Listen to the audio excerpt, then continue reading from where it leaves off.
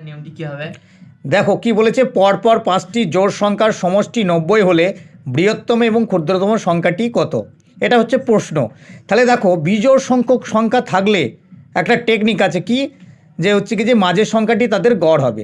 তাহলে 5টা 7টা 3টে এই ধরনের যদি সংখ্যা বলে দেয় তাহলে মাঝের সংখ্যাটি তাদের গড় হবে। তাহলে আমি দেখো একটা সমাধান করছি, 1টা 2টো 3টে 4টে 5টা আমি সংখ্যা লিখলাম। এবার তাহলে মাঝের সংখ্যাটি আগে বার করবো। তাহলে মাঝের সংখ্যাটা কী হবে? গড় হবে বলেছি।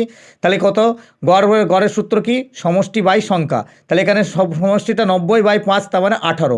তাহলে আমার মাঝের সংখ্যাটি হলো 18। তাহলে পরেরটা কত হবে? 20, তারপরেরটা হবে 22, তার মানে বৃহত্তম সংখ্যাটি হবে 22, আর ক্ষুদ্রতম সংখ্যা 2 করে কমবে, তাহলে হচ্ছে 16, এখানে 14। তাহলে ক্ষুদ্রতম সংখ্যাটা হলো 14। তাহলে আরও নিত্য নতুন ট্রিক্স পেতে অবশ্যই আমার চ্যানেলটিকে সাবস্ক্রাইব করবে। আমি প্রতিনিয়ত চাকরির পরীক্ষার ওপর শর্ট ট্রিক্সের ওপর অঙ্ক নিয়ে আসি, তোমরা অবশ্যই অঙ্কগুলো দেখবে। ভালো লাগলে লাইক শেয়ার করবে।